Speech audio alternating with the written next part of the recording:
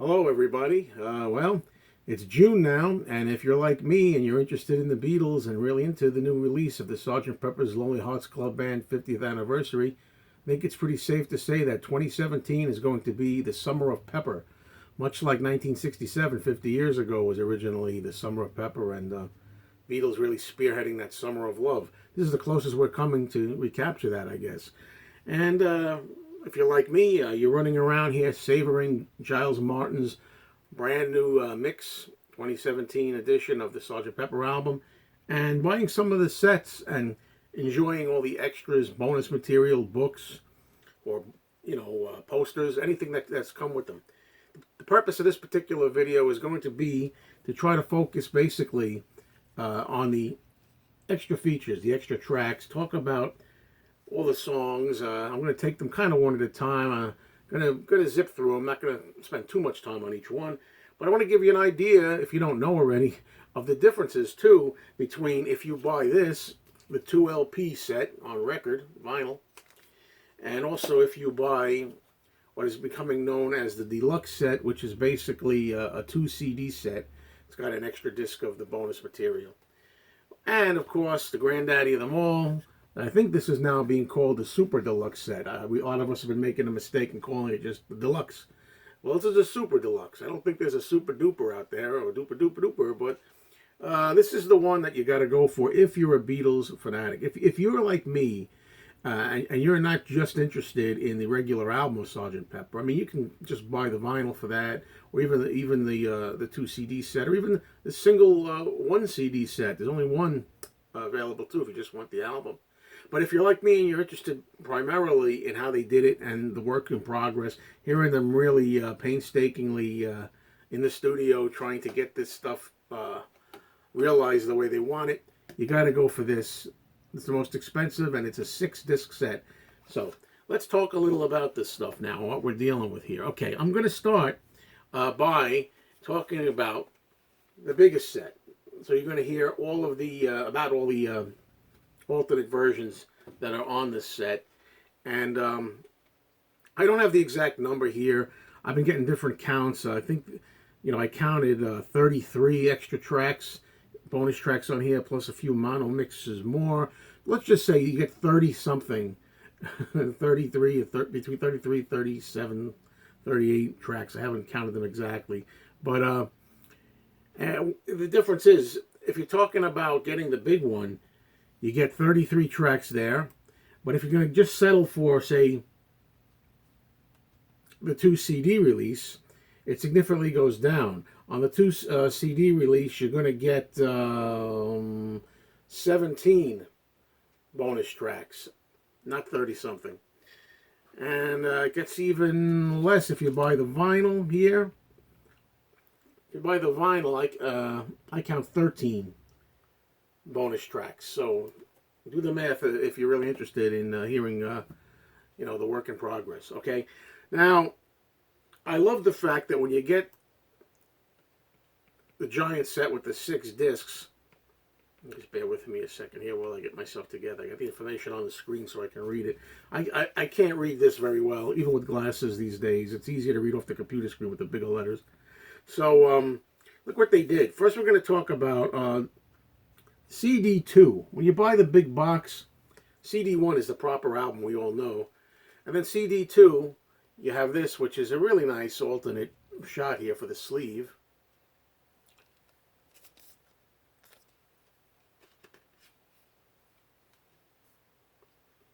Starts out with Strawberry Fields Forever, take 1. Goes into Strawberry Fields Forever, take 4. Strawberry Fields Forever, take 7. And Strawberry Fields Forever, take 26. So right there you get 4 different takes, the evolution of Strawberry Fields, which is not going to be complete on the other ones. I mean, they just throw you a token take or two, which is not really the way to hear this. You want to hear the whole thing if you're really into the outtakes. Okay, then we get to number 5, which is the 2015 stereo mix of Strawberry Fields Forever. Okay, you get that. Then we move on to track 6, which is When I'm 64, take 2. I think that features on the others here, the other formats, just to show the cover again. Now, the interesting thing about Take Two is that you get to hear Paul McCartney's voice normally, because on the actual release, it's kind of sped up a little bit. I don't know if it was to make Paul sound like he was kind of younger, thinking about age 64. But when you listen to the Take Two of the bonus track, you get to hear, Paul sounding more like himself, a little slower, normal speed, if you will.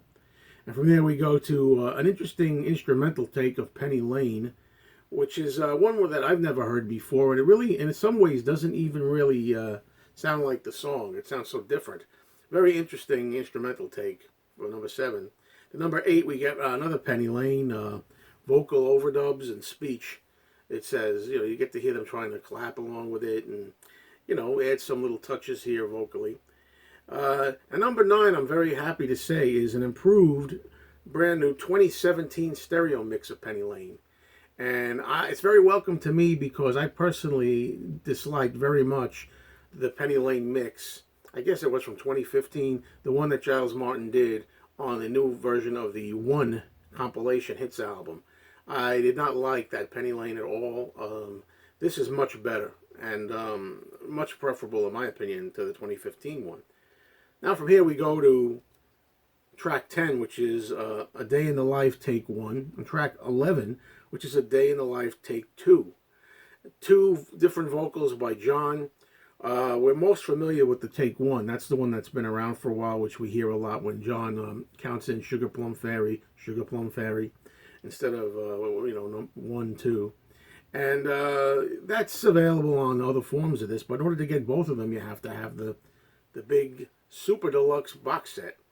And that leads into A Day in the Life, which is track 12 here, called Orchestra Overdub. You get to hear how they're going to prepare all the sounds that they used on the actual finished track, and it's really interesting to hear it just like that, isolated like that. And then track 13, which is kind of ridiculous, and a lot of people are saying that it's the last chord when they were trying to work out what they were going to do for the close of the song. They all hummed it.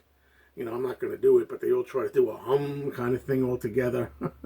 And it's just really silly, kind of absurd, and very interesting to hear what they were thinking, but I'm glad they decided not to go with that. And the hummed chord, I believe, is on the other formats here, too, that you can get. Then you have A Day in the Life, track 14, the last chord, where you hear them all simultaneously, I guess, on pianos and keyboards, trying to get all together with everything they're using, all the instrumentation, trying to get on all on ones, 1, 2, 3, all on the same moment start, all simultaneously together. And it takes a few tries to get that down, and that's interesting to hear them try to get the last chord just right. Number 15, we have Sgt. Pepper's Lonely Hearts Club Band, Take 1, which is just an instrumental. I'm generally not as enamored with the instrumental only tracks. I kind of like the alternate vocal tracks best. But nevertheless, it's interesting in the context here, because after that you get number 16, which is Sgt. Pepper's Lonely Hearts Club Band, Take 9, and Speech. And that's the one where you hear Paul at the end get excited and say, I feel it, free now, and all that kind of stuff. And that's really great. I love also at the end of that version where you actually hear, I think George Harrison kind of suggesting how Paul can do another vocal if he's having trouble getting his breath in this particular song. And that one is really good, that particular Take 9, and that's also featured on these other versions besides. We close out with 17 and 18, which are two takes on Good Morning, Good Morning, and the first one being an instrumental breakdown, Take 1. And it's just basically, as it says, just the instrumental, but you get to feel the power of this. And followed by Good Morning, Take 8, which is one that I've heard before. We've heard this before. I believe that was the anthology version, maybe, that came out, where you get the vocal in there, but it's kind of familiar territory. But as I say, if you're going to buy the other versions, you're not going to get some of this stuff. For example, if I go down and we talk about the LP version, you're missing a lot of Strawberry Fields Forever. Unless I'm reading this incorrectly, the vinyl doesn't have any takes of the Strawberry Fields Forever sessions here. Yep. Okay, so forget about it. Forget the vinyl if you want it. And then if you're going to go with the 2 CD set, the deluxe CD double edition as they call it, you're at least going to get Strawberry Fields Take 7 and Take 26. You're going to get 2 of the 4. I mean, that's a half-assed way of listening to it if you're a big fan. I don't think you can shortchange yourself personally. Okay, so now we're going to go back to the big 6 CD set. And CD 3, we get another alternate photo for the cover. Love these alternate shots. I think they went with using the best one, actually, for the finished album. Now, this CD in particular, they call it Disc 3. When I listen to these outtakes, I can't make it any clearer that Sgt. Pepper's Lonely Hearts Club Band, while I've always appreciated it for being innovative and paving the way of new sounds and styles for other bands, I never really personally liked it as one of my favorite albums. It was always in the middle somewhere. I didn't think it was among their best stuff, really. But, you know, between the brand new proper album mix that Giles Martin just did, where they make it a little heavier and more rock and more centered everything, and between that and in particular this disc 3, the outtakes, you really get to hear as if you're in the studio with the Beatles. No other way to describe it. It sounds like you're sitting right there. Everything is live, not on a record or on a tape or a disc. And you really also get to feel like, besides being a fly on the wall, I can't describe it enough. For the first time, my appreciation has gone up even higher than it's ever been in my entire life for this album. I realized how special it was, how magnificent. The idea that the Beatles decided in 1966, near the end, that they were going to stop touring and they were just going to go in and become a studio band and concentrate on a new record in the studio. And they were influenced by Pet Sounds, the Beach Boys album. And boy, oh boy, does this blow away Pet Sounds. When you listen to this and you hear them working on it and trying to make all this stuff come true via reality, how'd they do it? How did they just decide, Cole, we're going to go in and we're going to create something different in the studio? We don't know what it's going to be yet, but we're going to start with Strawberry Fields and Penny Lane, and then we're going to get into all this amazing psychedelia type of feeling.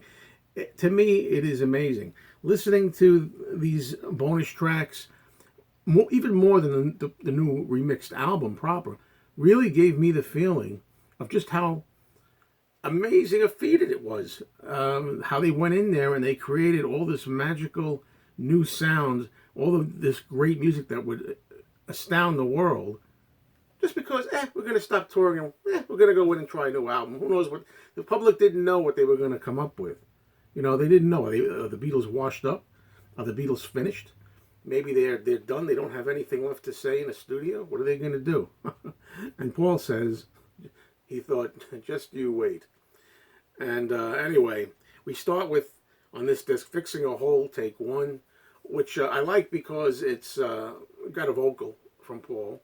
Also, Fixing a Hole, Speech, and Take 3, where again you hear a little bit of different vocal. I'm very big on different vocals. So to have that is great, to have 2 takes of Fixing a Hole. Being for the Benefit of Mr. Kite, we got 2 takes of that for track 3 and 4. And we have John, really a lot of fun getting into the vocals, the way I hear them to my ears. We got, one of them is a speech from before take 1. Then we get take 4 with a speech at the end. Then we go to take 7. And again, some of these other bonuses you're going to have on these alternate formats here, like this one and the vinyl, you're not going to get both takes of John being for the benefit of Mr. Kite. And if you're a fan of John, if you're a fan of this album, fan of the Beatles, big fan, got to have both takes, folks. Then we have number 5 is Lovely Rita's Speech and Take 9, which is really fun to listen to. The vocals the same, but wow, to hear all the instrumentation so loud, and again, like you're actually in the studio as opposed to the record, it's amazing. Now, we get 2 takes of Lucy in the Sky with Diamonds, and again, it's the same thing that I'm saying about a lot of these. You get not one but two different vocals from John. Take one with a speech at the end, and then you get a second version. You get a speech with a false start, and then take five in full. Before they added the chorus, "Lucy in the Sky with Diamonds," but just I love hearing John very methodically go through it, and it's funny how you can see Paul trying to instruct John how he thinks he should sing a certain line in there, which is fun. Then we get two really killer takes of "Getting Better." Take one, which is an instrumental with the speech at the end, and "Getting Better," take 12. You can really hear, again, the power of the music in a way that doesn't always come across on the actual album, because you're not just hearing him tear into it, naked, so to speak, in the studio. It's great. I'm going to put this down because it's a little tiring. Then we get a real highlight in my view. Even though I said that I didn't really like instrumentals that much, I prefer them with the vocal when it comes to outtakes. I love number 10, which is "Within You Without You." Take one, Indian instruments only. Oh, that's beautiful. It is so beautiful. That song is beautiful. The melody is beautiful. And it works so well just hearing the music. Then you get the 11th track on here, "Within You Without You," again with George coaching the musicians. Now that's more of a curiosity. And it's not so much that it's great by any means, but it's so interesting to hear George talking, and I don't know what he's saying. It doesn't seem to be English. It's very interesting, and if you love that song, you've got to hear both of these, the instrumental and the George coaching the musicians. Then you get two instrumental versions of "She's Leaving Home," take one and take six. Now, because I'm not so well versed, I'm not a musician, and I don't really know technically music. To me, it was a little bit redundant, I thought, having two of them. I mean, that's a minor quibble, for God's sake. It's so beautiful hearing these strings, hearing the instrumentation for the song without the vocals.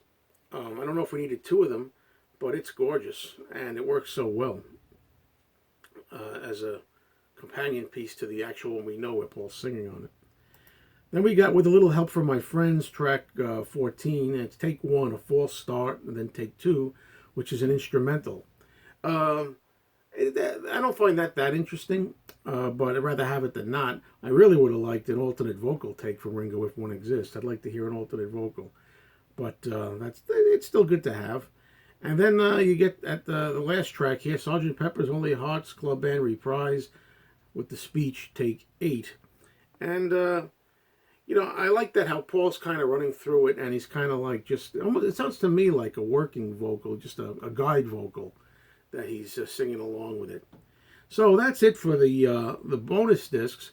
But also, I realized that on the disc 4, which I'm going to go to now, this is disc 4 with yet another alternate photo from the cover session. This is the mono mix from 1967, original mono mix, and at the end of it, they throw some bonus tracks on here. "Strawberry Fields Forever," the original mono mix. Then you have "Penny Lane," the original mono mix again. "A Day in the Life," the unreleased first mono mix, which I thought was really interesting because the drums are so different on it. I like that a lot. "Lucy in the Sky with Diamonds," unreleased mono mix number 11. And then we got "She's Leaving Home," an unreleased first mono mix. And then we close with the only real thorn in the side of this release, I think, and a lot of people have commented on it. They were nice enough to put on the Capitol Records US promo single version in mono of "Penny Lane" with the trumpet ending, but yet they use a really scratchy old 45 that sounds just awful. And I'm sure there's got to be a way they could have found a more pristine version. I mean, even on the US Capitol album Rarities, released in 1980, it's cleaner than a scratchy old 45. That's really a disappointment, but I'd rather have it on there than not, I suppose. And, well, that's really all I want to say, because we're getting kind of long-winded here. The video's going long. Of course, you also have another disc that has a DVD. On the DVD, you get 5.1 mixes. And I don't have the equipment to really use 5.1, so I can't comment on those. Obviously, that's only with the box set, the 5.1. And, of course, only with the box set you get, on both the DVD and a Blu-ray, You get 3 promotional films that they did for Strawberry Fields Forever, Penny Lane, and Day in the Life. And the quality is phenomenal. And you get the Sergeant Pepper, Making of Sergeant Pepper documentary from 1992, where you have George Martin, then you have Paul, George, and Ringo discussing the album's anniversary, really. And at the time, what was really special about it was so revealing, because I don't think we had any other way to hear little snippets of the outtakes and alternate versions. You have George Martin on the recording console, panning up and down, taking the levers and isolating certain tracks and things and letting you hear little tidbits, which was so juicy and such nuggets when we first heard them in 92. Now it's kind of anticlimactic because we've got all the tracks full here. That is if you buy the 6 CD Super Deluxe set. So anyway, folks, thanks a lot. And these outtakes, along with the new mix, really made me realize what a powerful, powerful special album Pepper is. And it's going to go up to my near my top in future rankings that I do of the albums. Take care.